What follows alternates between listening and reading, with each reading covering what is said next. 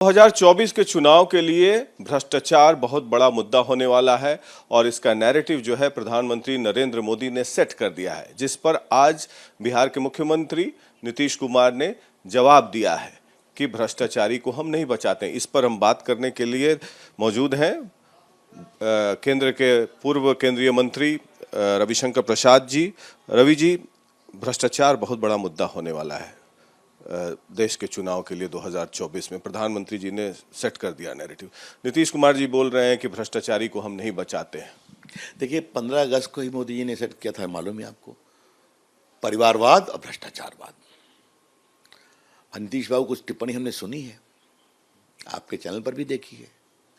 हम भ्रष्टाचारियों को नहीं बचाते हैं। तो आपकी आज की सरकार किन खंभों पे खड़ी है नीतीश जी? सवाल तो हम पूछेंगे ना। अभी तो उनके पूर्व कानून मंत्री का एक ही विकेट गिरा है ना, जो 5 साल पहले बेल रिजेक्ट हो गया था। लेकिन हमको ये बताइए, मैं बहुत विनम्रता से कहूँगा कि आपके उप मुख्यमंत्री के बारे में क्या आपकी धारणा है? मैं बहुत विनम्रता से सवाल पूछूंगा। ये उनका इलेक्शन एफिडेविट है ना, इसमें तो उनके खिलाफ prevention of money laundering act, prevention of corruption act, ये सब के उन्होंने खुद कहा है 20 के चुनाव में। और मैं एक अंतिम बात कहूँगा, नीतीश बाबू एक बार आप उनके एफिडेविट में देख लीजिए। क्या एफिडेविट है? तेजस्वी यादव, जब वो 2020 का चुनाव लड़े, ऑनलाइन है, आप भी देख सकते हैं। अब ये देखिए कि उन्होंने काफ़ी संपत्ति दिखाई है और क्या डेट ऑफ परचेज 10/2/2007, 10/2/2007, 7/9/2006, 2005, 2006, 6 और आपको इधर भी उनका देखिए रेजिडेंशियल कमर्शियल प्रॉपर्टी, वो भी है 2006, 2005। मैं एक बात, प्रकाश बाबू, आप कौन बड़े अनुभवी पत्रकार हैं। अभी तेजस्वी बाबू की उम्र 32 साल है। 2005 में उनकी उम्र कितनी हुई? 5-6 में 16 साल, 16.5 साल। तो उस समय उनके पास सोर्स ऑफ इनकम क्या था? हम कोई नई बात नहीं कर रहे हैं। जो उन्होंने अपने इलेक्शन एफिडेविट में अपनी प्रॉपर्टी उठाई है, कहा है, जो ऑनलाइन अवेलेबल है इलेक्शन कमीशन की साइट पर, उसी से पूछ रहा हूं। और बाकी उनके खिलाफ prevention of money laundering act वगैरह वगैरह के जो है, मैंने आपको बता दिया। ये आज आपने तैयारी करके रखी है ये सब बोलने के लिए? नहीं, मैंने भागलपुर में बोला था, मैं दौरे पे गया था, वहां भी मैंने कहा था। तो नीतीश बाबू, ये तो आपको तय करना है ना। अब मैं आता हूं नीतीश जी के पॉलिटिकल इमोरलिटी पर, जो भी एक भ्रष्टाचार है। जब हमारे प्रधानमंत्री जी ने आपकी तुलना राम मनोहर लोहिया से की थी, जॉर्ज फर्नांडिस से की थी, सब पुरानी बातें भूल करके, तब तो आपको बहुत अच्छा लगा था, आपने धन्यवाद दिया था उनको। जब प्रधानमंत्री जी आपको 43 सीट जीत करके आए तो 20 में कहा बनेंगे नीतीश जी मुख्यमंत्री, हमारी संख्या 73 के पार थी, तब तो आपने कुछ नहीं कहा, आपने स्वीकार कर लिया। अब क्या हो गया आपको? आप क्यों आपने छोड़ा? मैं फिर प्रकाश जी पूछ रहा हूं, आप बिहार की पॉलिटिक्स को बहुत देखते हैं, क्या कारण है? 95 में भ्रष्टाचार पर आप नीतीश से अलग हुए, चारा घोटाले में साथ आए। मैं कहूंगा ललन सिंह भी पिटिशनर थे कि नहीं चारा घोटाले में? मैं भी वकील था ना सुशील मोदी का, सीबीआई की इंक्वायरी हुई। ये पूरा जो रेलवे घोटाला है, उनका तो कहना है कि श्रद्धेय अटल बिहारी वाजपेयी का दौर कुछ और था, ये दौर जो है मोदी जी और अमित शाह जी का दौर कुछ और है। तो ये मुझे बताइए, तो ये दौर में आप क्यों वापिस आए थे? 15 में तो आप अलग हो गए थे ना, 14 में हार गए थे, 40 में 38 भाजपा जीती थी, आप 2 पर थे, एनडीए जीता था। आप रहते अलग चलते चुनाव। और कुछ बड़े सीनियर पत्रकारों ने एक बात कही है जिससे मैं इत्तेफाक रखता हूं, नीतीश बाबू कभी अकेले चुनाव लड़ने की हिम्मत क्यों नहीं कर पाए? 15 अलग हुए तो लड़ जाते अकेले, अगर 17 अलग हुए तेजस्वी और लालू जी से लड़ जाते अकेले, तो अकेले लड़ने की हिम्मत नहीं है मुख्यमंत्री। और आज फिर मैं कहूंगा, मैं पॉलिटिकल इमोरालिटी की बात करता हूं, आप कहते हैं मेरे ऊपर दबाव था मैं बन गया, तो क्या नरेंद्र मोदी जी आपका कंधा पकड़ के आपको राजभवन ले जा रहे थे कि आप शपथ लीजिए? आप कहते हैं मुख्यमंत्री, प्रधानमंत्री जी आपको धन्यवाद, मेरी संख्या कम है, मैं मुख्यमंत्री नहीं बनूंगा। तो भाई, एक होता है निजी भ्रष्टाचार, एक होता है आर्थिक भ्रष्टाचार, एक होता है राजनीतिक अवसरवादिता और अनैतिकता, इमोरालिटी। नीतीश कुमार प्रमोट कर रहे हैं पॉलिटिकल इमोरालिटी को अपने कुर्सी में रखने के लिए, और उसके लिए भ्रष्टाचार से समझौता कर रहे हैं। तेजस्वी यादव कह रहे हैं कि 1000 भाजपा के एमएलए हैं, उन पर रेड क्यों नहीं हो रहा है, क्या वो भ्रष्टाचारी नहीं है? ऐसा है, उसका जवाब तो उनको तो हताशा का परिचायक है ना। लेकिन प्रकाश सिंह जी, आप तो देश के अनुभवी पत्रकार हैं ना। भाजपा ने तो अपने राष्ट्रीय अध्यक्ष के खिलाफ कार्रवाई हुई थी ना, आप मुझे बताइए, पूर्व में अटल जी के समय में।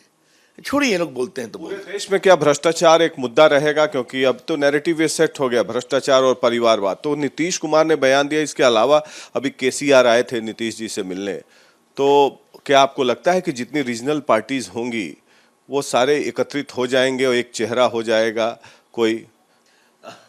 अगर होगा तब, आपने कहा चेहरा, अगर चेहरा होगा तब। राहुल गांधी का ख्वाब नहीं है, वो भी तो भारत जोड़ने की यात्रा पर चले हैं। केसीआर खुद ख्वाब नहीं देखते हैं क्या? ममता जी तो बहुत बड़ा ख्वाब देख रही हैं, और आपके शरद पवार नहीं देख रहे हैं क्या? देखो प्रकाश जी, अब देवेगौड़ा और गुजराल जी का जमाना गया। अब देश स्थायित्व चाहता है, देश मजबूत सरकार चाहता है, और देश मजबूत नेता चाहता है, क्योंकि भारत में एक होप है। आज एक न्यू इंडिया इमर्ज कर रहा है, और मोदी जी ने वो इंडिया दिया है। अब नीतीश बाबू सपने देख रहे हैं, लेकिन हमको थोड़ा दुख भी होता है। नीतीश बाबू के पार्टी में तो पोस्टर भी लग गया, तमाम 6-7 पोस्टर लग गए। आश्वासन नहीं सुशासन चाहिए, प्रदेश देखा है देश देखेगा, जुमला नहीं हकीकत है, और क्या मन की बात नहीं काम की बात होगी। प्रकाश जी, भाई कोई पोस्टर लगा है, उस पर कहाँ मनाही है? लेकिन काम की बात करते हैं तो मैं एक बात करूं आपसे, कोरोना में मोदी जी ने क्या काम किया देश ने देखा है। 200 करोड़ अगर लगा टीका तो देश ने देखा है फ्री। देश ने देखा है कि मोबाइल फोन पर खबर आती थी आपका टीका इस तरह को लगेगा। देश ने देखा है 80 करोड़ लोगों को मुफ्त खाना खिलाया। देश ने देखा है गांव गांव में मोदी जी ने देश में बिजली पहुंचाई।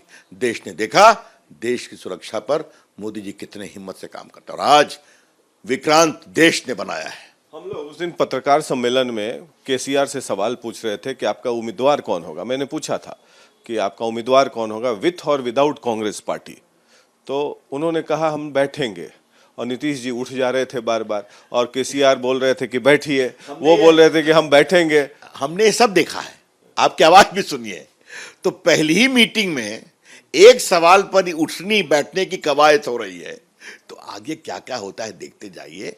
देखिए, एक बहुत कहावत है, सिले हुए कपड़े लंबे नहीं टिकते हैं। कहीं का रोड़ा, कहीं से जोड़ा, देश उससे आगे निकल गया है।